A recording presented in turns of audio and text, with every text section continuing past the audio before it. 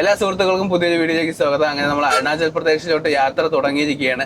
Tiruchi Dalmia cement ഫാക്ടറിയിൽ നിന്നും നമ്മൾ ഓയിൽ സിമന്റ് എടുത്തുകൊണ്ട് ഏകദേശം 5-ാം ദിവസമാണ് നമുക്ക് ഈ സിമന്റ് നമുക്ക് ലോഡായി കിട്ടിയത്. ഏകദേശം 4 ദിവസം നമ്മൾ ഹാൾട്ടായിട്ട് അവിടെ കിടന്നു, കുറച്ച് സംസാരം പ്രശ്നങ്ങളൊക്കെ ആയിട്ട് 5-ാം ദിവസം വെളുപ്പിന് നമുക്ക് ലോഡായിട്ടുണ്ട്. ഏകദേശം 3-4 മണിക്കാണ് വെളുപ്പിന് നമ്മൾ ലോഡ് എടുത്തുകൊണ്ട് അവിടെ നിന്ന് ഇറങ്ങിയത്. അവിടെ നിന്ന് ഇറങ്ങി നമ്മൾ നേരെ പോകുന്നത് സേലം റൂട്ട് വഴിയാണ് പോണത്. നൈറ്റ് ഒന്നും ഉറങ്ങിയിട്ടില്ല. 4 മണിക്ക് വണ്ടി എടുത്തു നേരെ നമ്മൾ സേലത്തോട്ട് പോയിക്കൊണ്ടിരിക്കുകയാണ്. ഏകദേശം 150 കിലോമീറ്റർ ആണ് നമ്മൾ തിരുച്ചിയിൽ നിന്നും സേലത്തോട്ടുള്ള ദൂരം. Okay okay. 2, 4, 6, 8, 8, 8, 16 കിട്ടിയാ കിട്ടി, തട്ടിയാ തട്ടിയ ചെളിയ. അതെ.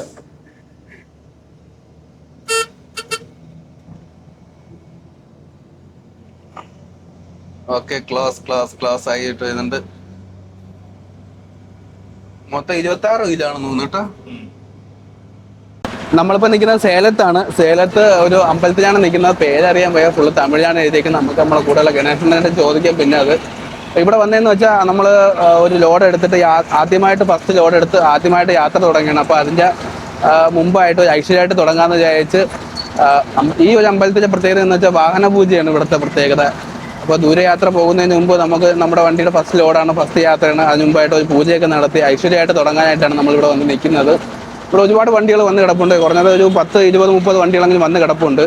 പല തരത്തിലുള്ള വണ്ടികൾ, അതായത് കാറായാലും ലോറി ആയാലും ബൈക്കായാലും പഴയതായാലും പുതിയതായാലും റീടെസ്റ്റ് ആയാലും എല്ലാ വണ്ടികളും ഇവിടെ വന്ന് പൂജ ചെയ്യുന്നത് കാണാൻ പറ്റുന്നുണ്ട്. പ്രത്യേകിച്ച് പറയുകയാണെങ്കിൽ പൂജയ്ക്ക് വേണ്ടി മാത്രമായിട്ടുള്ള ഒരു അമ്പലം എന്നാണ് എനിക്ക് തോന്നുന്നത്. കണ്ടിട്ട് കൂടുതൽ കാര്യങ്ങൾ അറിയത്തില്ല, നമുക്ക് അണ്ണൻ്റെ അടുത്ത് ചോദിക്കാം. നമ്മുടെ മറ്റേ വണ്ടിയും ആദ്യമായിട്ട് ഇവിടുന്ന് പൂജ ചെയ്തിട്ടാ പോയത്. മറ്റേ വണ്ടി ഫസ്റ്റ് ലോഡ് ഇവിടെ എടുത്തത്. ഫസ്റ്റ് ലോഡ് ഇവിടെ അല്ല, പാലക്കാട്ട് നിറഞ്ഞ ലോഡ്. നമ്മൾ ഇവിടെ വന്നിട്ടാണ് ഓൾറെഡി ഈ പൂജ ചെയ്തിട്ട് ഇതുവഴിയല്ലേ പോണേ. അപ്പൊ ഇവിടെ പൂജ ചെയ്തിട്ടാ പോയത്. അപ്പൊ എനിക്ക് തോന്നുന്നു ഇവിടെ ഒരു 10-20 വണ്ടിയെങ്കിലും ഇപ്പൊ ഏകദേശം ഉണ്ട്. അപ്പൊ എല്ലാ വാഹനങ്ങൾക്ക് വേണ്ടി പൂജ നടത്തുന്ന ഒരു അമ്പലമായിട്ടാണ് എനിക്ക് തോന്നുന്നത്. അതെ അതെ അതെ. അപ്പോൾ ഒരു പുതിയ വണ്ടി മാത്രമല്ല കേട്ടോ, നമ്മുടെ പുതിയ വണ്ടി ആയാലും ഒരു ദൂരയാത്ര പോകുമ്പോഴായാലും ഇവിടെ വന്ന് വിളക്കൊക്കെ വെച്ചിട്ട് പ്രാർത്ഥിച്ച് പൂവൊക്കെ ഇട്ട് നാരങ്ങയൊക്കെ വെച്ച് തേങ്ങയൊക്കെ ഉടച്ച് പോകുന്നതാണ് കാണുന്നത്. பூமாலை ஒன்று, எழுந்தூர் மாலை ஒன்று, வீலுக்கு பழம், எல்லாமே சாமி பட்டாக்கு பூ எல்லாமே. ഇതെല്ലാം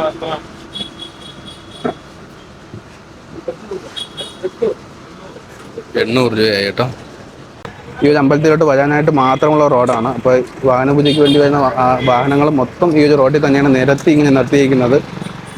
ഫസ്റ്റിലത്തെ പൂജ കഴിഞ്ഞ് ഓരോ വണ്ടികൾ മാറുമ്പോൾ ബാക്കിലത്തെ വണ്ടികൾ ഇങ്ങനെ വന്നുകൊണ്ടേ നിൽക്കും. ഒരുപാട് വണ്ടികളുണ്ട് കേട്ടോ. നമ്മൾ വന്നപ്പോൾ 10-20 വണ്ടിയാണെങ്കിൽ ഇപ്പോൾ ഒരു 10-50 വണ്ടിയെങ്കിലും ആയിട്ടുണ്ട്. എല്ലാവരും കടയിൽ കയറി മാലയും പൂവൊക്കെ മേടിച്ച് ഒരുപാട് ബൈക്കുകളും വന്ന് നിന്ന് പൂജ ചെയ്ത് കൊണ്ടുപോകുന്നുണ്ട്.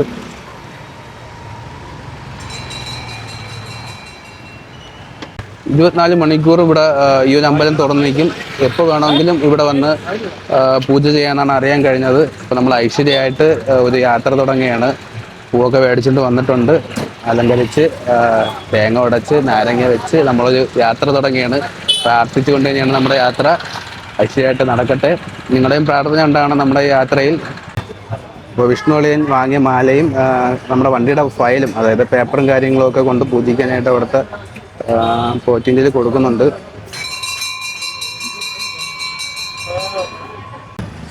ഓക്കെ അല്ലയാ, പ്രാർത്ഥിച്ച് തുടങ്ങിക്കോ ഐശ്വര്യമായിട്ട്. இது வந்து சேலம் வெண்ணங்கோடி மணிப்பங்க வந்து பூஜை போட்டுட்டு இருக்கோம். இங்க ரொம்ப பிரசித்தி பெற்ற கோயில் என்னன்னா, இது ஒரு காவல் தெய்வமா இங்க வந்து எல்லாரும் கும்பிடுறாங்க. இது என்ன ஆபத்துக்கு வந்து 100% வந்து எல்லாருமே ஆபத்து தடுக்கிற வகையில இது வந்து இந்த கோயிலுக்கு வேண்டுதல் நடக்குது. இங்க வேண்டுதல் வச்சு போனா எந்த ஆபத்தும் நடக்காது. இந்த மிகப்பெரிய சக்தி உள்ளன்றதுனால எல்லா மோட்டார்கான சேலத்தை தாண்டி வர அத்தனை பேரும் இந்த வெண்ணங்கோடி மணிப்பு கோயிலில் வரும். மிகப்பெரிய ஒரு ஈவன் சிங்கிள் 2 வீலர் வந்தால் கூட இங்கே வந்து பூஜை போட்டு போனால் அந்த 2 வீலருக்கு எதுவும் பாதிப்பு நடக்காது, எதுவும் ஆபத்து நடக்காது. அதனால் ஓகே, அதனால் எந்த விதமான இது நடக்காதுன்றதுக்காக, எந்த விதமான ஆபத்தும் நடக்காது இந்த 2 வீலருக்கு, ஆக்சிடெண்ட்டோ மற்றபடி யாருக்கும் அந்த வண்டியால் எந்த பிரச்சனையும் நடக்காதுன்றதுக்காக இந்த கோயில் ரொம்ப பிரசித்தி பெற்று நடந்துருக்கு. அதனால் இந்த கோயிலை வந்து எல்லா மோட்டார்காரங்களும் ரொம்ப ஃபேமஸாக பண்ணியிருக்காங்க. ரொம்ப ஃபேமஸ்னு எல்லா மோட்டார்காரங்களும் இந்த கோயிலை வந்து கும்பிடாமல் போக மாட்டாங்க. இந்த வழியாக போகிறவங்க கும்பிடாமல் கம்பல்சரி போக மாட்டாங்க. இது ஒரு கவர்மெண்ட் வந்து அதே கவர்மெண்ட் டேக் ஓவர் பண்ணது. இது வந்து ஸ்டார்டிங்கில் வந்து காவல் தெய்வமாக இருந்தது. காவல் தெய்வம்னு சொல்லிட்டு எல்லோரும் வழிபட்டுட்டு இருந்தாங்க. ஒரு ஹைவேஸ் வந்து ஹைவேஸ் ரோடு மேலே இருக்குது. அதான் ஷிப் பண்ண கூட விடலை இங்கே இருக்கிற ஜனங்க. இது ரொம்ப கிட்டத்தட்ட ஒரு 100 வருஷமாக இந்த கோயில் ரன் ஆகிட்டு இருக்கு. பிரிட்டிஷ்காரன் காலத்துலேருந்து இந்த கோயில் இருந்துகிட்ருக்கு. அதே சமயம் பார்த்தீங்கன்னா இங்கே இது வைக்கிற வேண்டுதல் வந்து கம்பல்சரி நடக்கும். அது மிகப்பெரிய சக்தியான கோயில் இது. வெண்ணங்கோடி அப்படிங்கிறது நம்ம கார்னர், அதாவது ஸ்டார்டிங்கில் வெள்ளம் வந்தபோது, இந்த வெள்ளம் வந்து ஊர் அடிச்சுட்டு போகும்போது இந்த கோயில் வந்து வேண்டுதலாகி தான் இது வந்து வெண்ணங்கோடின்னு பேர் வந்தது. கோடி வந்து ஆற்றுல அடிச்சுட்டு போன மாதிரி சொன்னாங்க. அது இது வரைக்கும் கன்ஃபர்மேஷன் தெரியல. ஆனால் கவர்மெண்ட் இப்போ ரீசெண்டாக அண்டர்டேக் பண்ணி இந்து சமய அறநிலைத்துறை கட்டுப்பாட்டின் கீழே இப்போ கொண்டு வந்திருக்காங்க. இப்போ ஒரு ஆர்கனைசேஷனாக நடத்திட்டு இருந்தாங்க. ஒரு யூனிட்டரியாக இருந்து இப்போ தனியாக கவர்மெண்ட் அண்டர்டேக் பண்ணியிருக்காங்க.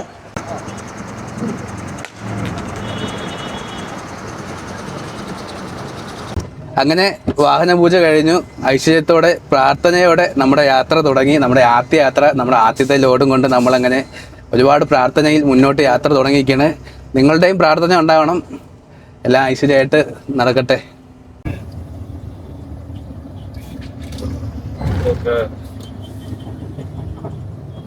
ഇപ്പം നമ്മൾ കുറച്ച് ഇങ്ങോട്ട് മാറിയിട്ട് വണ്ടി ഒന്ന് ഒതുക്കിയിട്ടുണ്ട്. നമ്മളെ പൊന്നയുടെ വണ്ടിയുടെ കെട്ട് ഒന്ന് ലൂസായിട്ടുണ്ട്. അപ്പോൾ അത് കെട്ടിക്കൊടുക്കുന്ന സ്ഥലം തൊട്ടടുത്ത് തന്നെ ഉണ്ട്. ലൂസായ കെട്ട് ടൈറ്റ് ചെയ്ത് വീണ്ടും കൊടുക്കുന്ന ഒരു ഏരിയയിലാണ് വന്ന് നിൽക്കുന്നത്. അപ്പോൾ ഫുള്ളൊന്ന് കെട്ടിയിട്ട് വേണം വീണ്ടും യാത്ര തുടങ്ങാനായിട്ട്. നമ്മൾ ഇത്തിരി ഹൈറ്റ് ഉണ്ടെന്ന് വിചാരിക്കണ്ട. പക്ഷെ അതിനകത്ത് ട്രാക്ടറും കയറുമാണ്. വലിയ ടണ്ണൊന്നുമില്ല, നമ്മുടെ പാസിംഗ് ടണ്ണ് പോലും ഇല്ല. ഇത്രയും പൊക്കം ഉണ്ടെന്നേ ഉള്ളൂ. നമ്മുടെ കെട്ടൊക്കെ അത്യാവശ്യം കുഴപ്പമില്ല. പിന്നെ നമുക്ക് വലിയ ഹൈറ്റ് ഒന്നുമില്ല. നമ്മുടെ ക്യാബിനകത്ത് വെച്ച ക്യാബിൻ്റെ ബോഡിക്കകത്ത് തന്നെ നിൽക്കുന്നുണ്ട്. നമ്മുടെ വണ്ടിയെ കണക്ക് കയർ ലൂസായിട്ട് ടൈറ്റ് ചെയ്യാനായിട്ട് കയറിയ വേറൊരു വണ്ടിയാണ് ഇത്. ഇതും സെയിം ഏകദേശം ആ ഹൈറ്റാണ്. ഈ ഹൈറ്റിൽ കാണുന്നതൊക്കെ മിക്കതും കയറും ട്രാക്ടറുമാണ് കേട്ടോ. ഇത്രയും ഹൈറ്റ് ആയതുകൊണ്ട് ചിലപ്പോൾ കയർ ഓട്ടത്തിൽ ലൂസാവാൻ ചാൻസ് ഉണ്ട്. അപ്പോൾ അങ്ങനെയുള്ളവർക്ക് ഇത് കണക്ക് കുറച്ച് സ്ഥലങ്ങൾ നമുക്ക് പോകുന്ന വഴി തന്നെ കിട്ടും. കയർ കെട്ടാനായിട്ട് പ്രത്യേക ആളുണ്ടാവും. എനിക്ക് തോന്നുന്നു ഏകദേശം 1000 രൂപയൊക്കെയാണ് ഇവിടെ പറയുന്നത് കേട്ടത്. കറക്റ്റ് അറിയത്തില്ല. നമ്മളിനി ഇപ്പോൾ എത്ര രൂപ കൊടുക്കുമെന്ന് കൊടുത്തു കഴിഞ്ഞിട്ട് ഞാൻ കറക്റ്റ് പറഞ്ഞു തരാം. നമ്മുടെ ലോറികളിൽ കെട്ടുകൾ പല തരത്തിലുണ്ട്. പാകെട്ട് അതിൽ ഒരു കെട്ടാണ് ഇത്. ബോംബെ കെട്ടെന്നാണ് ഇതിനെ പറയുന്നത്. ഈ ഒരു രീതിയിലാണ് ആ ഒരു കെട്ട് വരുന്നത്. കൂടുതലും ഇങ്ങനെയുള്ള ലോഡ്, അതായത് ഹൈറ്റ് ഉള്ളത് ലോഡുകൾക്കാണ് ബോംബെ കെട്ട് കൂടുതലായിട്ട് ഉപയോഗിക്കുന്നത്. നമ്മുടെ ലോഡ് ചരിയാതെ അനങ്ങാതെ പോകും. അപ്പോൾ നമ്മുടെ പൊന്നയുടെ വണ്ടി പായ കെട്ടാനായിട്ട് രണ്ടാമത് ഇറുക്കി പായ കെട്ടാനായിട്ട് 1000 രൂപയാണ് ചോദിച്ചത്. 900 രൂപ കൊടുത്തു. 100 രൂപ ഡിസ്കൗണ്ട് ചെയ്ത് തന്നു. ഇതിന് ശേഷം ഫുൾ ടാങ്ക് എണ്ണ അടിക്കാനായിട്ടാണ് വന്നത്. അണ്ണാ ഫുൾ ടാങ്ക് അല്ലേ? എത്ര രൂപയുടെ ഡീസൽ വില? 93 രൂപ അല്ലേ? 93 രൂപ 26 പൈസ. ഫുൾ ടാങ്ക് എത്ര വരും? ടാങ്ക് കപ്പാസിറ്റി എവ്വളോ ഇത്? ടാങ്ക് കപ്പാസിറ്റി 375 അല്ലേ? ഓക്കെ. ഇത് ഇനി എவ்வளோ ദൂരം പോകും ഫുൾ ടാങ്ക്? 1000 കിലോമീറ്ററാ? ഓക്കെ. അപ്പുറം അതിനുശേഷം നമ്മൾ ഗ്യാസ് എടുത്തിട്ടോ, കുക്കിങ്ങിന് വേണ്ടിയിട്ട് ഗ്യാസ് എടുത്തിട്ടുണ്ട്. അല്ലെ പുതിയ ഗ്യാസ് അല്ലേ? എത്ര രൂപയായി? ആ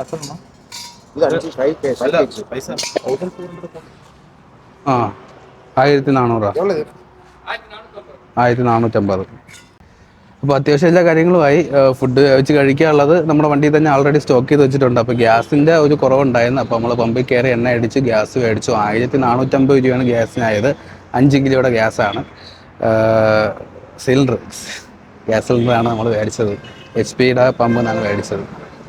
ഇവിടെ ഇതിൻ്റെ റേറ്റും കാര്യങ്ങളൊക്കെ ഉണ്ട് കേട്ടോ. 5 കിലോയുടെ ഗ്യാസാണ്. ന്യൂ സിലിണ്ടർ ആണെങ്കിൽ 1450, റീഫില്ലാണെങ്കിൽ 575 രൂപയാണ് HP-യുടെ ഈ സിലിണ്ടറിൻ്റെ റേറ്റ് വരുന്നത്. ഓക്കെ, നമുക്കൊരു കാര്യം ചെയ്യാം. ലോകം മൊത്തം ഓടി മടുത്തെങ്കിലേ നമുക്കൊരു സ്ക്രിപ്റ്റ് ഉണ്ടാക്കിയിട്ടേ. ഞാനത് പറഞ്ഞു, മറ്റേ ഗ്രീൻ ഹൗസ് ഒക്കെ ഉണ്ടാക്കില്ലേ പ്രവീണ്. അതെ, ഇപ്പൊ നമുക്ക് എന്ത് ചെയ്യാം? ഞാൻ പറയട്ടെ, ഈ വണ്ടി എന്റെ ആണെന്ന് ഞാൻ പറയട്ടെ. കയറ് കിട്ടിക്കുന്നുണ്ടോ? ഇതാണ് ബോംബെ കെട്ടേട്ടാ. ഈ കാണുന്നതാണ് ബോംബെ കെട്ടെന്ന് പറയുന്നത്. നമ്മൾ ഇങ്ങനെ ലോകം മൊത്തം അലഞ്ഞതിന് വീഡിയോ എടുത്തിട്ടൊന്നും ആരും കാണാനില്ല. നമുക്ക് ഒരു സ്ക്രിപ്റ്റ് ചെയ്ത് നമുക്ക് വീഡിയോ എടുത്തിട്ട് നമുക്ക് എന്ത് സ്ക്രിപ്റ്റ് അടിക്കാം? ഞാൻ ഒരു കാര്യം പറയാം. ഞാൻ ഈ വണ്ടിയിൽ നിന്ന് എന്നെ ഇറക്കി വിട്ടു എന്ന് പറഞ്ഞ് മറ്റേ ഇടയ്ക്ക് അതൊക്കെ ചെയ്തല്ല. വേറെ ഈ വണ്ടി ഞാൻ നിങ്ങളെ തള്ളിയിട്ടുണ്ട്. ഞാൻ ഒരു സ്ക്രിപ്റ്റ് പറയാം. ഈ വണ്ടിയുമായിട്ട് നമ്മൾ 3 കൂടെ ഒരുമിച്ച് പോകുന്നു. അതിനുശേഷം നിങ്ങൾക്ക് മയക്കുമരുന്ന് നൽകി മയക്കിക്കിടത്തിയ ശേഷം ഈ വണ്ടിയും കൊണ്ട് ഞാൻ പോകുന്നു. അത് നീ വന്ന് പറയണം. എന്നിട്ട് ഞാൻ വന്ന് പറയും എന്നെ ഇറക്കി വിട്ടു എന്ന് പറയും. നീ ഒന്ന് വേറെ യൂട്യൂബ് ചാനൽ തുടങ്ങണം. അപ്പൊ അത് റീച്ച് ആവും. എങ്ങനെയുണ്ട്? അതിൽ 30% അതിൽ പോയേ. ഗുണ്ടോന്നിങ്ങനെ കഴുത ഉണ്ണികളെയും കാണുന്നില്ലല്ലോ ഇതൊന്നും. അപ്പൊ നമ്മൾ സ്ക്രിപ്റ്റ് ഇറക്കാൻ പോവുകയാണ്. എല്ലാവരും സഹകരിക്കണം. ട്രാൻസ്പോർട്ടർ വരട്ടി കേട്ടായിരുന്നു. അയ്യോ ഒന്നളെ വിഷയമാണ് ഇവിടെ മൊത്തം. ലോറി ലൈഫ് മൊത്തം വിഷയമാണ് കേട്ടോ. നമ്മളെ ബ്രോക്കർ നമ്മൾ പറഞ്ഞ കണക്കൊന്നുമില്ല, 5 ദിവസത്തോളം നമ്മൾ ഹാർഡ് ചെയ്തിട്ട് നമുക്ക് ഒരുപാട് ബുദ്ധിമുട്ടുകൾ ഉണ്ടാക്കി. പുതിയ വണ്ടി എടുത്ത് നമ്മൾ ലോഡ് കിട്ടാതെ അല്ലേ കുറച്ച് നാൾ അവിടെ കിടക്കേണ്ടി വന്നു. EMI അടയ്ക്കാൻ കുറച്ച് ബുദ്ധിമുട്ടുണ്ട് വന്നു. അവസാനം ഓക്കെ, കുഴപ്പമൊന്നുമില്ല അല്ലേ, സെറ്റല്ലേ? ഇപ്പം നമ്മുടെ കെട്ടുകാവില് ഏകദേശം 339 ലിറ്റർ 340 ലിറ്ററോളം അടിച്ച് 31,700 രൂപയായി. പെട്രോളും അടിച്ച് ഗ്യാസൊക്കെ എടുത്ത് നമ്മൾ അങ്ങനെ വീണ്ടും യാത്ര തുടങ്ങുകയാണ്. ഉച്ചയൊക്കെ കഴിഞ്ഞു, ഫുഡൊക്കെ കഴിക്കാനുള്ള സമയമായി. ഫുഡൊക്കെ കഴിച്ചിട്ട് നമുക്കിനി യാത്ര തുടങ്ങാം.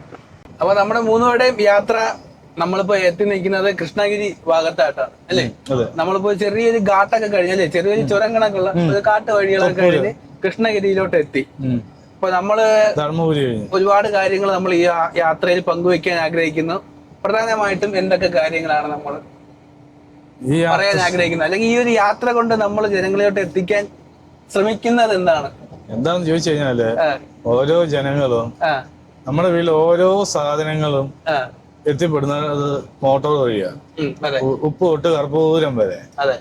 അത് അന്യനാട്ടിൽ നിന്ന് നമ്മുടെ നാട്ടിൽ ഇത് എത്തിക്കുമ്പം ഒരു ലോറി ഡ്രൈവറും നമ്മുടെ ഓണറും എന്തുമാത്രം ബുദ്ധിമുട്ടുകളും കാര്യങ്ങളും അനുഭവിക്കുന്നുണ്ടെന്നും അതിനെക്കുറിച്ച് ജനങ്ങളും പിന്നെ റോഡിൽ വണ്ടി ഓടിക്കുന്ന മറ്റാളുകളും ഒന്ന് മനസ്സിലാക്കാനും വേണ്ടിയുള്ളൊരു ലൈവാണ് നമ്മൾ ഇപ്പൊ ഇട്ടേക്കുന്നത്. കാരണം ഒരു വണ്ടി ഓടി പോയി നമ്മൾ ഈ വണ്ടിയൊക്കെ നിർത്താതെ 500-1000 കിലോമീറ്റർ ഓടി വന്ന് ബ്രേക്ക് ഔട്ടിയും ലൈനറും ചൂടായി ഡ്രമ്മും ചൂടായി വരുന്ന വണ്ടിയാണ്. കേരളത്തിലെ നമ്മുടെ ചെറിയ റോഡിൽ കൂടെ നമ്മൾ പോകുമ്പോൾ കാറുകാരും ഒക്കെ ബസ്സുകാരും ഒക്കെ നമുക്ക് നമ്മുടെ വണ്ടിക്ക് വലിവില്ല, നമ്മുടെ വണ്ടി ഉരുണ്ടുരുണ്ടാ പോകുന്നത് എന്നൊക്കെ പറഞ്ഞ ആളുകൾ നമുക്ക് ചവിട്ടി തരുകയും മുന്നിൽ ഓവർടേക്ക് ചെയ്ത് നമ്മുടെ മുന്നിൽ കയറി നമുക്ക് ചവിട്ടി തരുകയൊക്കെ ചെയ്യും. അപ്പൊ അതൊന്നും അവരൊന്നും ചെയ്യരുത് ഇനിയും. അത് എന്താ ചെയ്യരുത് എന്ന് അതിനെ കുറിച്ച് കൂടി പറയാൻ വേണ്ടിയാ. അതെന്തുകൊണ്ട് ചെയ്യാൻ പാടില്ല എന്ന് പറയുന്നു. അതുകൊണ്ട് നമുക്കുണ്ടാകുന്ന ബുദ്ധിമുട്ടിനേക്കാളും മറ്റുള്ളവർക്ക് ബുദ്ധിമുട്ടുണ്ടാകും. കാരണം എന്താ വെച്ചാൽ നമ്മൾ ഇത്രയും ദൂരം നിൽക്കാതെ ഓടി വരുന്ന വണ്ടിയാ. ഒരു നാഷണൽ പെർമിറ്റ് ലോറി നല്ലൊരു എക്സ്പ്രസ് ലോഡ് വെച്ച് ഓടുന്നതാണെങ്കിൽ 24 മണിക്കൂറിനുള്ളിൽ 1000 കിലോമീറ്റർ പുറത്ത് ഓടണം. എന്നാലേ നമുക്ക് ലക്ഷ്യസ്ഥാനത്ത് അവർ പറയുന്ന ടൈമിൽ എത്തിക്കാൻ പറ്റത്തുള്ളൂ. അപ്പം ഒരു ദിവസം കുറഞ്ഞത് നമ്മൾ ഒരു 1000 കിലോമീറ്റർ പുറത്ത് ഓടണം. അതെ. അപ്പൊ ഒരു ഏകദേശം സാധാരണ ഒരു നാഷണൽ പെർമിറ്റ് ഡ്രൈവർ ഒരു 18-20 മണിക്കൂറെങ്കിലും 24 മണിക്കൂറും ചിലപ്പോൾ ഓടേണ്ടി വരും. വരും. അത് ഇന്നത്തെ ലോറി ഓടിച്ചിട്ടുള്ള ആളുകൾക്ക് നമ്മുടെ വീഡിയോ കാണുന്നവർക്ക് അറിയാം. അപ്പൊ നമ്മൾ ഇത്രയും ഓടി ഇത്രയും ബ്രേക്കും ചവിട്ടി ഈ കൊച്ചു റോഡിൽ കൂടെ നമ്മൾ ഇത്രയും വരുമ്പം നമ്മുടെ നാട്ടിൽ നിന്ന് ഇതുപോലെ കാറുകാരൻ ചിലപ്പം ജസ്റ്റ് ഈ കാറുകാരൻ മുന്നിൽ സൈഡ് കൊടുത്തില്ലായിരിക്കാം. ആ സമയത്തായിരിക്കും പുള്ളി എങ്ങനെയും ഓവർടേക്ക് ചെയ്ത് മുന്നിൽ കയറുന്ന സമയത്ത് ചവിട്ടി തരുകയും ഒക്കെ ചെയ്ത് കഴിഞ്ഞാൽ നമ്മുടെ ഡ്രം ചൂടായി പോകും. ഡ്രം ചൂടായി പോയി കഴിഞ്ഞു കഴിഞ്ഞാൽ പിന്നെ ബ്രേക്ക് കിട്ടത്തില്ല, ആക്സിഡന്റ് ഉണ്ടാവും. അപ്പൊ അതൊക്കെ ശ്രദ്ധിച്ച് മറ്റുള്ളവര് ഞങ്ങളോട് കുറച്ച് ദയൊക്കെ കാണിക്കണം. ചെറിയൊരു റിക്വസ്റ്റ് ആണ്, നമ്മൾ ആരുടെടുത്തും അധികാരമായിട്ട് പറയുന്നത്. അത് നിങ്ങളൊന്ന് മനസ്സിലാക്കി റോഡിൽ ഒരു വലിയ വണ്ടി കണ്ടു കഴിഞ്ഞാല് അത് ഇടത്തെ സൈഡിൽ കൂടെയുള്ള ഓവർടേക്കിങ് എപ്പോഴും ഒരു വലിയ വണ്ടി കറക്റ്റായിട്ട് ഒരു 2 അടി 3 അടി ഗ്യാപ്പ് ഇട്ട് റോഡിൽ നിന്ന് ഗ്യാപ്പ് ഇട്ടിട്ടേ ഓടത്തുള്ളൂ. അതെ, കാരണം റോഡിന്റെ എഡ്ജ് നമ്മുടെ നാട്ടിലെ റോഡിന്റെ എഡ്ജിന് ഹൈറ്റ് കൂടുതലാണ്. ഏതെങ്കിലും ഒരു ടയർ എഡ്ജിൽ നിന്ന് വെളിയിൽ ഇറങ്ങി കഴിഞ്ഞു കഴിഞ്ഞാല് ബാലൻസ് പോകും. വേറെ കാര്യം കേരളത്തിലെ ജനങ്ങൾക്ക് എന്ന് വെച്ച് കഴിഞ്ഞാൽ അത്യാവശ്യം നല്ല നോളജ് ഉള്ള ആളുകളാണ് കേരളത്തിൽ കൂടുതലും. 100-ൽ 99% ആളുകളും നോളജ് ഉള്ള ആളുകൾ തന്നെയാണ്. റോഡിനെ കുറിച്ചാണെങ്കിലും വണ്ടിയെ കുറിച്ചാണെങ്കിലും മറ്റു കാര്യങ്ങൾ ലോകകാര്യങ്ങളെ കുറിച്ചാണെങ്കിലും നല്ല നോളജ് ഉള്ള ആളുകളാണ്. അപ്പൊ അവർക്ക് വണ്ടി പഠിക്കുന്ന സമയത്ത് തന്നെ നമ്മുടെ ആ ഡ്രൈവിംഗ് സ്കൂളിലെ ആളുകൾ ഇത് പറഞ്ഞു കൊടുത്തു കഴിഞ്ഞു കഴിഞ്ഞാൽ അവർ അതേപോലെ മുന്നോട്ട് പ്രവർത്തിച്ചു പോയേനെ. പക്ഷെ നമ്മുടെ നാട്ടിൽ ഡ്രൈവിംഗ് സ്കൂളുകാർ പഠിപ്പിക്കുന്നവരൊന്നും പറഞ്ഞു കൊടുക്കത്തൊന്നുമില്ല. ലേണേഴ്സ് ഒരു എച്ചെടുക്കാനോ എട്ടെടുക്കാനോ കാര്യങ്ങൾ പഠിപ്പിച്ച് റോഡിലൊന്നും ഉരുട്ടാനും പഠിപ്പിച്ചു വിടും. അതെ, അല്ലാതെ വേറൊന്നും പഠിപ്പിച്ചു വിടുന്നില്ല. ഇത് വലിയ വണ്ടി വരുമ്പോൾ ഒതുക്കി കൊടുക്കണമെന്നും. പക്ഷെ നമ്മുടെ മോട്ടോർ വെഹിക്കിളിനെ അവരുടെ മറ്റേ ലേണേഴ്സ് ക്ലാസ് ഉണ്ട്, ലേണേഴ്സിന്റെ എല്ലാ ക്ലാസ് ഉണ്ടല്ലോ, ആ ക്ലാസ്സിനകത്ത് നമ്മുടെ ഓഫീസേഴ്സ് അവരെ ആർടി ഓഫീസർമാരൊക്കെ അതേപോലെ ക്ലാസ് ഒക്കെ ഇവരൊക്കെ പറയുന്നുണ്ട്. പക്ഷെ ഡ്രൈവിംഗ് സ്കൂൾ ആശാമാരും ഒന്നും പറയുന്നതായിട്ട് എനിക്ക് തോന്നുന്നില്ല. അല്ലെന്നാ അപ്പം പറയുന്നവരുണ്ട്, ഇല്ലെന്നല്ല കാണും. പിന്നെന്ന് ചോദിച്ചു കഴിഞ്ഞാൽ അതൊരു ഇതായി കഴിഞ്ഞാൽ പിന്നെ നമ്മുടെ നാട്ടിൽ പിന്നെ ചെറിയ റോഡുകളാണ്. ഇവിടുത്തെ പോലെ ഇത്രയും വലിയ റോഡുകളൊന്നുമില്ല. നമ്മുടെ കേരളത്തിൽ ഇപ്പൊ നിലവിൽ വന്നുകൊണ്ടിരിക്കുന്നു. വലിയ റോഡുകൾ വന്നുകൊണ്ടിരിക്കുന്നുള്ളൂ. ഓൾറെഡി ഉള്ളതെല്ലാം ചെറിയ റോഡുകളാണ്. Single track. പിന്നെ അവരെയും കുറ്റം പറയാനില്ല. എല്ലാവർക്കും ആവശ്യങ്ങളും ബുദ്ധിമുട്ടുകളും തിരക്കുകളും ഉള്ള ആളുകളല്ലേ. മെയിനായിട്ട് നമ്മുടെ റോഡിന്റെ വിഷയമാണ് ഏറ്റവും കൂടുതൽ വിഷയം. നമ്മൾ ഈ അടൂര് തൊട്ട് കായംകുളം വരെയുള്ള റോഡിലെ ഹമ്പില്ലേ, ഹമ്പിനകത്ത് പലയിടത്തും ഹമ്പ് നമുക്ക് അറിയാൻ പോലും ഒക്കത്തില്ല. ഒരു വെള്ള ലൈൻ പോലും ഇല്ല. പലപ്പോഴും നമ്മൾ ചെന്ന് കേറി ഇറങ്ങി ചിലപ്പോ അടുത്ത് ഇറങ്ങി കഴിയുമ്പോൾ എയറിൽ നിൽക്കുമ്പോഴാണ് മനസ്സിലാവുന്നത്.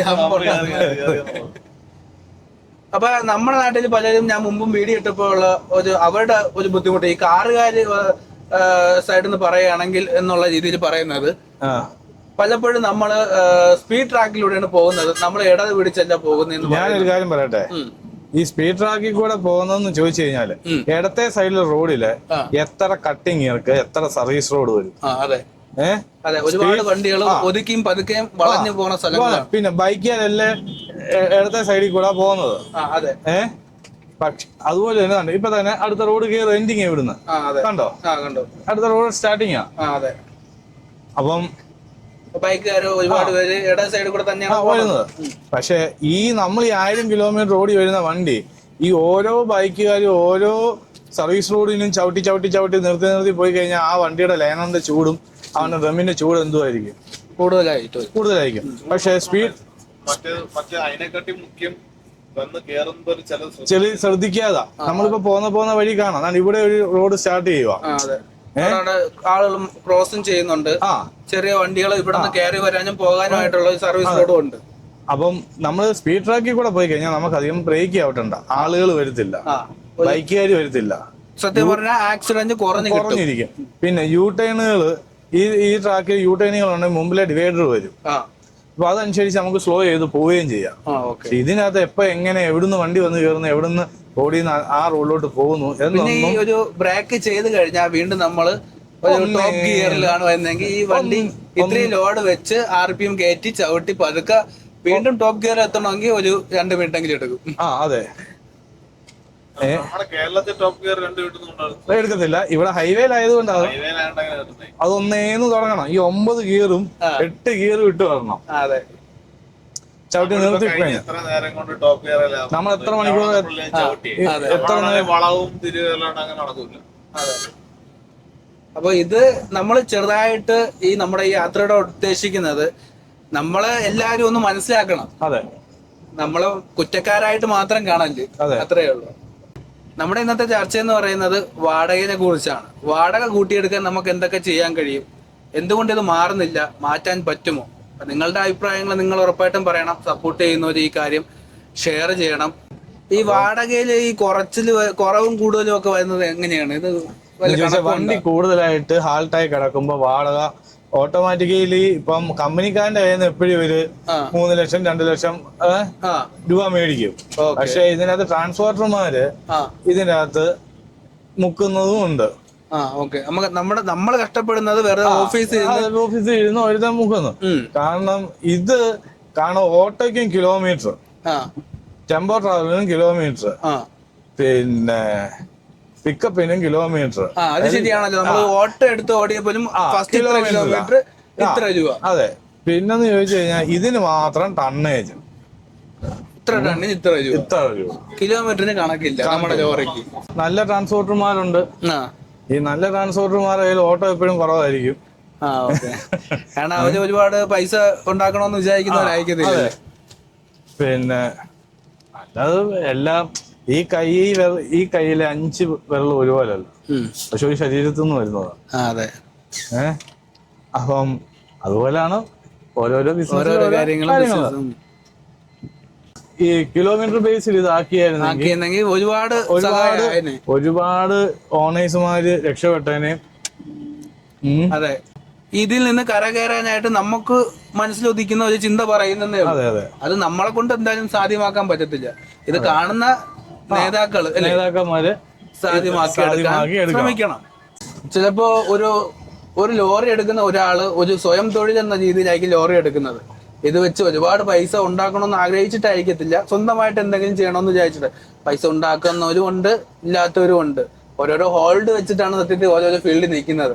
നമുക്ക് നല്ല ഹോൾഡ് ഉണ്ടെങ്കിൽ നല്ല കൂടുതൽ വാടക കിട്ടുന്ന നല്ല നല്ല ലോഡുകൾ കിട്ടും. പുതുതായിട്ട് ഇറങ്ങുന്ന ആൾക്കാർക്ക് കൂടുതൽ അറിവില്ലെങ്കിൽ നമ്മൾ പലപ്പോഴും പരാജയപ്പെട്ടു പോകത്തേ. എത്രയോ പേര് എല്ലാവർക്കും വേണ്ടിയും കൂടെയാണ് നമ്മൾ സംസാരിക്കുന്നത്. അതെ, ഒരു വാഹനത്തിന് അത്യാവശ്യം വേണ്ട കാര്യങ്ങൾ ഒരു സംഘടന കണക്ക് നമ്മളെ നാട്ടിൽ സംഘടന ഉണ്ടാകുന്ന എനിക്ക് അറിയത്തില്ല. ലോറിക്ക് അവര് ആക്റ്റീവ് ആണെന്ന് അറിയാം. കർണാടക ഇതേപോലെയോ കർണാടകയിലെ ഈ വാടക പ്രശ്നത്തെ വെച്ച് സമരം നടന്നു. പക്ഷെ അതിനകത്ത് കുറച്ച് തമിഴ്നാട്ടുകാര് ഓണേഴ്സ് അതിൽ കൂടെ നിന്നു. കേരളത്തിലെ ആളുകൾ നിന്നില്ല എന്നാണ് തോന്നുന്നത്. കുറിച്ച് കറക്റ്റ് ആയിട്ടുള്ള വിവരം നമുക്ക് കിട്ടിയിട്ടില്ല. കേട്ടുകേൾവിയാണ്. അതെ, നമ്മൾ ഒറ്റക്കെട്ടായിട്ട് നിൽക്കുകയാണെങ്കിൽ മാത്രം. ലോറി ഡ്രൈവർമാരെന്ന് പറയുന്നത് ഒരു വലിയ സമൂഹം തന്നെ ഉണ്ട്. ലോറി ഡ്രൈവേഴ്സിന്റെ ഡ്രൈവർമാരും ഓണർമാരും ഒരു വലിയ എത്രയോ അവരൊന്നും ഒത്തുപിടിച്ചാൽ ഈ നാട്ടിൽ മാറ്റാൻ പറ്റാത്തതായിട്ട് ഒന്നും കാണത്തില്ല എന്ന് എന്റെ ഒരു ഇത്തിരി നാളത്തെ ഒരു യാത്രക്കിടയിൽ എനിക്ക് മനസ്സിലായ കാര്യം കൂടിയാണ്. പക്ഷെ ആരും ഒന്നിനു വേണ്ടിയും ശ്രമിക്കുന്നില്ല. എല്ലാവരും സ്വന്തം കാര്യം നോക്കുക, സ്വന്തം ലോഡ് എടുക്കുക, സ്വന്തമായിട്ട് എന്തെങ്കിലും കിട്ടുന്നതായിരിക്കുക. ഈ ഒരു വണ്ടിക്ക് ഒരു സാധാരണക്കാരൻ എടുക്കുകയാണെങ്കിൽ എന്തൊക്കെ ചിലവുണ്ടെന്ന് ചിന്തിക്കാവുന്ന കാര്യങ്ങളുള്ളൂ. നമ്മൾ പുറത്തുനിന്ന് നോക്കി കഴിഞ്ഞാൽ വണ്ടി മെയിൻ്റെനൻസ്, ടയറിന്റെ കാര്യങ്ങള്, ഡീസല്, ടോള്, അല്ലേ, ശമ്പളം, ഫുഡ്. ഇതിൽ ഫുഡ് വെച്ച് കഴിക്കണമെങ്കിൽ നമുക്ക് അതിൻ്റെതായ ചിലവും കാര്യങ്ങളൊക്കെ ഉണ്ട്. അപ്പൊ എല്ലാ കാര്യങ്ങളും നമ്മൾ ഈ ഒരു വാടകയുടെ പുറത്താണ് ആശ്രയിച്ചിരിക്കുന്നത്. ഡീസൽ വില കൂടിയെന്ന് പറഞ്ഞ് ലോറിയില് വാടകയ്ക്ക് മാറ്റം വരുന്നില്ല. അതാണ് സാധനം വാങ്ങും, അയ്യോ ഇതിന് ഇത്ര രൂപയോ എന്ന് ചോദിച്ചാൽ എടുത്തു പോയാൽ പറഞ്ഞത് എന്താ, അത് ഡീസലിന് വില കൂടി, ലോറി വാടക കൂടി, അതുകൊണ്ടാണ് സാധനത്തിന് വില കൂടിയത്. പക്ഷെ ലോറി വാടക ഇവിടെ കൂടുന്നില്ല. ലോറി വാടക ഇവിടെ കൂടുന്നില്ല. അത് ആർക്കറിയാം? ജനത്തിന് അറിയുന്നില്ലല്ലോ. ജനത്തിന് അറിയുന്നില്ല. മറ്റൊരാൾ പറഞ്ഞുള്ള, കടക്കാരൻ പറഞ്ഞുള്ള അറിവല്ലേ ഉള്ളൂ ജനത്തിന്. പക്ഷെ ഇത് അറിയാവുന്ന ആർക്കാ? ഒന്ന് ലോറി ഓടിക്കുന്ന ഡ്രൈവർക്കും അതിന്റെ ഓണർക്കും ട്രാൻസ്പോർട്ടുകാരനും. അല്ലാതെ വേറെ ആർക്കും അറിയത്തില്ലല്ലോ. അതെ, എങ്ങനെ മാറ്റാൻ പറ്റും? ഇത് രാജ്യത്ത് ഒരുപാട് രാഷ്ട്രീയ പാർട്ടികളും കാര്യങ്ങളും ഉണ്ട്. അതെ, സ്റ്റേറ്റിന് ഒരുപാടുണ്ട്. അതിൽ ഏതെങ്കിലും ഒരു സ്ട്രോങ് ആയിട്ട് ഒരു പാർട്ടി ഈ വിഷയത്തെ കൈകാര്യം ചെയ്തു കഴിഞ്ഞാൽ, കാരണം ഒരു ഓണേഴ്സിനെ വിളിച്ചിരുത്തി, അതും 50 വണ്ടി, 100 വണ്ടി, 150 വണ്ടി, ഇവിടെ 500 വണ്ടി വരെ സ്വന്തമായിട്ട് വെച്ചിട്ടുള്ള ആളുകളുണ്ട്. അവരെ വിളിച്ചിരുത്തി ചർച്ച നടത്തിയിട്ട് കാര്യമില്ല. ഒറ്റ വണ്ടി 2 വണ്ടി മുതലാളിമാരെ വിളിച്ച് ചർച്ച നടത്തി ബുദ്ധിമുട്ടുകളും മനസ്സിലാക്കിക്കൊണ്ട് മറ്റ് സ്റ്റേറ്റുകളിലുള്ള മിനിസ്റ്റർമാരുമായിട്ട് സംസാരിച്ച്, കാരണം ഈ വണ്ടികൾ ഓൾ ഇന്ത്യ പെർമിറ്റ് അടച്ച് പേപ്പർ ഭാഗങ്ങളെല്ലാം പക്കയാക്കിയാണ് പോകുന്നത്. കാരണം നമുക്കും നമ്മുടെ ലോഡിനും പുറത്ത് ഒരു അപകടം ഉണ്ടാകാൻ പാടില്ല, ഒരു പ്രശ്നം ഉണ്ടാവരുത്. നമ്മളെ ആവശ്യമില്ലാതെ നമ്മുടെ വണ്ടി റോഡിൽ ഒരു പോലീസുകാരൻ പേപ്പർ ഇല്ലെന്ന് പറഞ്ഞ് പിടിച്ചു നിർത്തരുത്. കാരണം നമ്മൾ ഇത്രയും ദൂരം ഓടി പോകുന്നതാ. എന്തേലും ഒരു വിഷയം ഉണ്ടായാൽ നമ്മുടെ വണ്ടി അവിടെ പിടിച്ചിടാൻ, കാരണം ഇൻഷുറൻസ് ഇല്ല, എന്തെങ്കിലും ഒരു അപകടം നടന്നു, അത് കേസല്ലേ. അതുകൊണ്ട് പേപ്പർ ഭാഗങ്ങളെല്ലാം ക്ലിയർ ചെയ്താണ് ഓടുന്നത്. ഒരു വണ്ടി പോലും സ്വന്തം നാട്ട് വിട്ട് പേപ്പർ ഇല്ലാതെ ഓടത്തില്ല, ഒരിക്കലും ഇല്ല. അപ്പം ഈ പേപ്പർ ഭാഗങ്ങളെല്ലാം ക്ലിയർ ആയിട്ടും നമ്മള് ഇവർക്ക് ഈ വഴിയിൽ നിൽക്കുന്ന പോലീസുകാരന് പൈസ റാങ്ക് തൊട്ടുള്ള മേപ്പോട്ടുള്ള ഒരു പോലീസുകാരനാണ് ഒരു വണ്ടിയുടെ RC പരിശോധിക്കാൻ തന്നെ നിയമത്തിലുള്ളൂ. ഇവിടെയൊക്കെ എന്ന് ചോദിച്ചാൽ വഴി നിൽക്കുന്നവനും കാക്കിപ്പാൻ ഇട്ടവനും പോലീസാന്ന് പറഞ്ഞ് കാക്കിപ്പാൻ ഇട്ടുണ്ടോ പോലീസ് ആണെന്ന് നമുക്ക് അറിയത്തില്ല. കൈ കാണിക്കാതെ നിർത്തുക, 50-100 മേടിക്കുക, കിട്ടുന്ന ലാഭം ആയിക്കോട്ടെ എന്ന് പറഞ്ഞ്. കാരണം പാസിങ്, കാരണം വെയിറ്റ് ബ്രിഡ്ജ് എല്ലാം ഈ പോയേക്കുന്ന ടോൾ ബൂത്തുകളെല്ലാം വെയിറ്റ് ബ്രിഡ്ജ് ഉള്ള ടോൾ ബൂത്തുകളാണ്. കാരണം പോലീസുകാർക്കോ RTOക്കോ ഓവർ കയറ്റി ഓടുന്ന വണ്ടി ഉണ്ടെങ്കിൽ ആ വെയിറ്റ് ബ്രിഡ്ജിൽ നിന്നാ മതി. ഓവർ വരുന്ന വണ്ടി അന്നേരം പിടിക്കുക, ഓവർ അടിക്കുക, പെറ്റി. എന്തിനാ ഇവര് വഴി നിൽക്കുന്നേ? പോട്ടെ, അതും വേണ്ട. GST ബില്ല് നമ്മൾ ഏത് ലോഡ് കയറ്റിയാലും ഗ്രോസറി ആയിട്ട് ഏത് കയറ്റിയാലും അതിന് GST ബില്ലുണ്ട്. അതെ. ആ GST ബില്ലിൽ നമ്മുടെ വണ്ടിയുടെ നമ്പർ അടിച്ചു കഴിഞ്ഞാൽ ആ വണ്ടിക്കകത്ത് എത്ര ടൺ സാധനം ഉണ്ടെന്ന് അതെ അറിയാൻ പറ്റും. GST RTI കൂടി ഒന്നിച്ച് ചെക്ക് ചെയ്യട്ടെ ബോർഡറിൽ. അല്ലെങ്കിൽ പോട്ടെ സ്റ്റേറ്റിന്റെ അകത്താണെങ്കിൽ ബോർഡറിൽ നമ്മുടെ ടോളില് RTI നിൽക്കട്ടെ, ഓവർ വെയിറ്റ് വരുന്ന വണ്ടി പിടിക്കട്ടെ. അതെ, ഒരു ലോറി എന്താ പറയുന്നത് കുറ്റം ചെയ്തിട്ടുണ്ടോന്ന് അറിയാൻ 100 വഴികളുണ്ട്. അതെ, ഓവർലോഡ് കയറ്റുന്നുണ്ടോ, പേപ്പറുകൾ ക്ലിയർ ആണോ എന്ന്. ഇതിപ്പോ എന്ന് ചോദിച്ചു കഴിഞ്ഞാൽ വഴിയിൽ നിൽക്കുന്ന മരത്തിന്റെ ചോട്ടി പമ്മി നിൽക്കുന്ന പോലീസുകാരനും റോഡിൽ വന്ന് നിൽക്കും, കുറച്ച് വണ്ടി നമ്മൾ എഴുതിക്കൊണ്ട് പോകും, വീട്ടിൽ ഇരുന്നുകൊണ്ട് സ്റ്റെപ്പി മെഷീൻ്റെ അകത്ത് പെറ്റി അടിച്ചു വിടുന്ന കാലോ. അതെ അതെ അതെ ഉറപ്പായിട്ടും. ആ അപ്പൊ ഞാൻ ചോദിച്ചോട്ടെ, ഇത് ഈ ഒരു നിയമം സ്ട്രോങ് ആയിട്ടുള്ള, അതായത് നമുക്ക് ലോറിക്കാർക്ക് അധികം കൈക്കൂലി കൊടുക്കാൻ പറ്റാത്ത നാട് എവിടെയെങ്കിലും ഉണ്ടോ? അതായത് നിയമമായിട്ട് സ്ട്രോങ് ആയിട്ടുള്ളത്, നമുക്ക് സഹായമായിട്ടുള്ള ഏതെങ്കിലും സ്റ്റേറ്റ് ഉണ്ടോ? നമ്മൾ കേരളത്തിലാണ് ഏറ്റവും കൂടുതൽ. കേരളത്തിൽ ഇതുപോലെ നാഷണൽ പെർമിറ്റ് ലോറിക്കാരെ തടഞ്ഞു നിർത്തി 5 രൂപ 10 രൂപ എന്നൊന്നും കേരള പോലീസ് മേടിച്ചിട്ടോ അല്ലെങ്കിൽ കേരള RTO മേടിച്ചില്ല. പക്ഷെ ഓവർലോഡോ അടിക്കും, അതടിക്കും. കാരണം ഇതൊക്കെയെന്ന് ചോദിച്ചു കഴിഞ്ഞാൽ ഇവിടൊക്കെ ചോദിച്ചു കഴിഞ്ഞാൽ കാക്കിപ്പാൻ ഇടുന്നതിനെല്ലാം പൈസ കൊടുക്കണം. അത് എന്ന് ചോദിച്ചാൽ അത് പ്രത്യേകിച്ച് ഇപ്പൊ കണ്ടോണം. ഇതിപ്പോ നമ്മളിപ്പോ പോകുന്ന വഴിക്ക് നമ്മൾ കണ്ടോണം, രാജ്യം ഭരിക്കുന്ന പാർട്ടി ഭരിക്കുന്ന സ്ഥലത്ത് തന്നെയാണ് ഏറ്റവും കൂടുതൽ ഇതുള്ളത്. നമ്മുടെ നാട്ടിലാണെങ്കിലും ഒരുപാട് ഇപ്പൊ ഈ പറഞ്ഞ ടണ്ണൊക്കെ വെച്ച് കയറ്റിക്കൊണ്ടിരുവാണെങ്കിൽ ഉണ്ട്. ചിലര് നമ്മളെ ചിലർ തന്നെ ചിലരുടെ മോശമായിട്ട് സംസാരിക്കുന്നവരും ഉണ്ട്, ഇല്ലെന്നല്ല, നല്ല ഒരുപാട് ആൾക്കാരും ഉണ്ട്. അതുപോലെ തന്നെ വണ്ടി അങ്ങനൊന്നും പിടിച്ച് അങ്ങനെയുള്ള ഒരു പ്രശ്നം ഇതുവരെ കണ്ടില്ല. പക്ഷെ ഏറ്റവും കൂടുതൽ ഇന്ന് പ്രശ്നം അനുഭവിക്കുന്നത് ടൂറിസ്റ്റ് ബസ്സുകാരാണ് നമ്മുടെ നാട്ടില്. അതുപോലെ തന്നെ ഇപ്പോഴത്തെ അതായത് നമ്മുടെ ഇപ്പൊ ലേറ്റസ്റ്റ് ആയിട്ട് ഭാരത് ബെൻസ് ആണ് ഫസ്റ്റ് സംഭവമായി കൊണ്ടുവരുന്നത്. കംഫർട്ടബിലിറ്റി, അതായത് അവരുടെ ആ ഒരു മറ്റേത് പണ്ട് നമ്മുടെ കെട്ടുക്യാബിനെ പുഴുങ്ങി ഇരുത്തിക്കൊണ്ട് പോകുന്ന സെറ്റപ്പായിരുന്നു. അതിനൊക്കെ ഒരുപാട് മാറ്റമായിട്ട് AC ക്യാബിൻ നമ്മുടെ കേരളത്തിൽ ഇപ്പം AC ക്യാബിനെ രജിസ്ട്രേഷൻ ചെയ്യാനും ഒക്കത്തുള്ളൂ. ഭയങ്കര ഒരു അടിപൊളി ഒരു തീരുമാനമാണ്. അതുപോലെ തന്നെ ഈ ഇതുണ്ട് കംഫർട്ട്, ഒരിക്കലും അവർക്ക് അത്ര പലരും പറയുന്നുണ്ട്. ഇപ്പൊ നമ്മുടെ ലെയ്ലാൻഡിന്റെ ഇത് സീറ്റ്, നമ്മുടെ ഇതിന്റെ സീറ്റ് വരത്തില്ലേ, സീറ്റിന്റെ അറേഞ്ച്മെന്റ് വള്ളി സീറ്റ് എന്നല്ലേ പറയുന്നത്. പക്ഷെ അതായിരിക്കും ബെറ്റർ എനിക്ക്. പക്ഷെ ഇത് ഭയങ്കര നല്ല കംഫർട്ടാണ്. അതുപോലെ തന്നെ സ്റ്റിയറിംഗ് നമുക്ക് അഡ്ജസ്റ്റ് ചെയ്ത് ഭയങ്കരമായിട്ടുണ്ട്. പിന്നെ ഇച്ചിരി അഡ്വാൻസ്ഡ് ആയിട്ട് നല്ല കാര്യങ്ങൾ. പിന്നെ ഇതിനകത്ത് ഒരു ആകപ്പാടെ നമുക്കൊരു വീഴ്ച അല്ലെങ്കിൽ ഒരു മോശം തോന്നുമെങ്കിൽ ലെയ്ലാൻഡിന്റെ ക്യാബിന്റെ സ്പേസ് കുറവാണ്.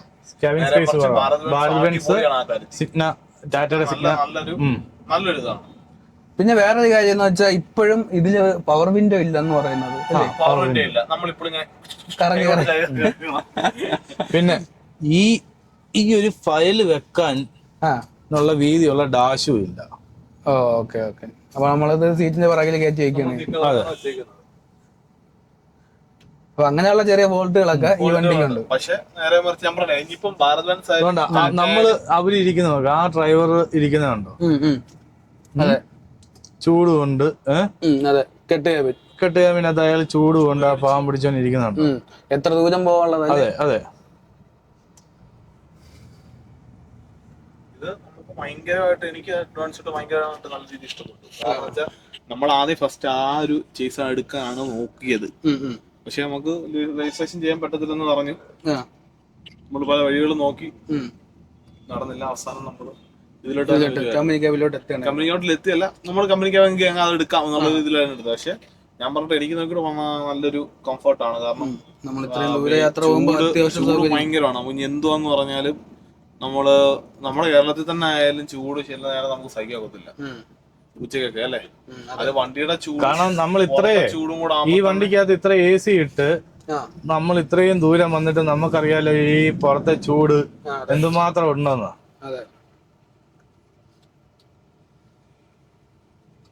അതുപോലെ ടോള് ഭയങ്കര ടോൾ അടിക്കുന്നത്, 570 രൂപയ്ക്ക് അടിക്കുന്നത്.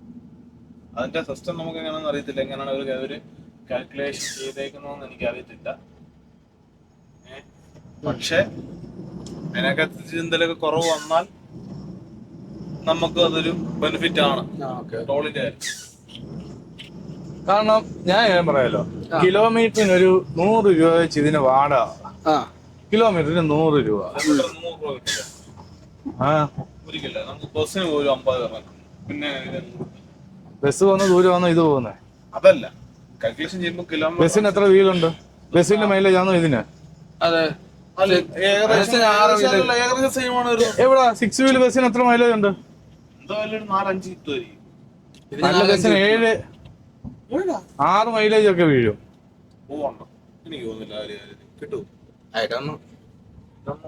അങ്ങനെ സമയം ഏകദേശം 8 മണി ആയപ്പോഴത്തേക്കും നമ്മൾ തമിഴ്നാട് നിന്നും ആന്ധ്ര ബോർഡർ കയറാൻ പോവുകയാണ്. അപ്പോൾ ആന്ധ്ര കയറുന്നതിന് മുമ്പായിട്ട് ലാസ്റ്റ് ഏകദേശം ബോർഡറിന് അടുത്തായിട്ടുള്ള പമ്പിൽ നിന്ന് നമ്മൾ ഫുൾ ടാങ്ക് എണ്ണ അടിച്ചിട്ടുണ്ട്. കാരണം ഇനി അങ്ങോട്ട് ആന്ധ്രയിൽ വില കൂടുതലാണ്. അപ്പോൾ മാക്സിമം ഈ ഒരു 2 രൂപ 3 രൂപ കുറഞ്ഞ റേറ്റാണ് ഇവിടെ എന്നാണ് അറിയാൻ കഴിഞ്ഞത്. ആ ഒരു റേറ്റിന് മാക്സിമം ഫുൾ ടാങ്ക് അടിച്ചിട്ടുണ്ട്. അപ്പോൾ ഇനി നമ്മൾ ആന്ധ്ര ബോർഡറിലോട്ട് കയറാൻ പോവുകയാണ്. അരുണാചൽ പ്രദേശ് യാത്രയുടെ തമിഴ്നാട് കാഴ്ചകളും വിശേഷങ്ങളും ഇന്നിവിടെ അവസാനിക്കുകയാണ്. നമ്മൾ ഇന്ന് രാത്രി തന്നെ ആന്ധ്രാപ്രദേശിലോട്ട് കയറുകയാണ്. നാളെ ആന്ധ്രാപ്രദേശിലെ കാഴ്ചകളും വിശേഷങ്ങളുമായിട്ട് പുതിയൊരു വീഡിയോയിൽ വീണ്ടും കാണാം. വീഡിയോ ഇഷ്ടപ്പെട്ടെങ്കിൽ ലൈക്ക്, കമന്റ്, സബ്സ്ക്രൈബ് ഒക്കെ ചെയ്ത് സപ്പോർട്ട് ചെയ്യാൻ മറക്കല്ലേ.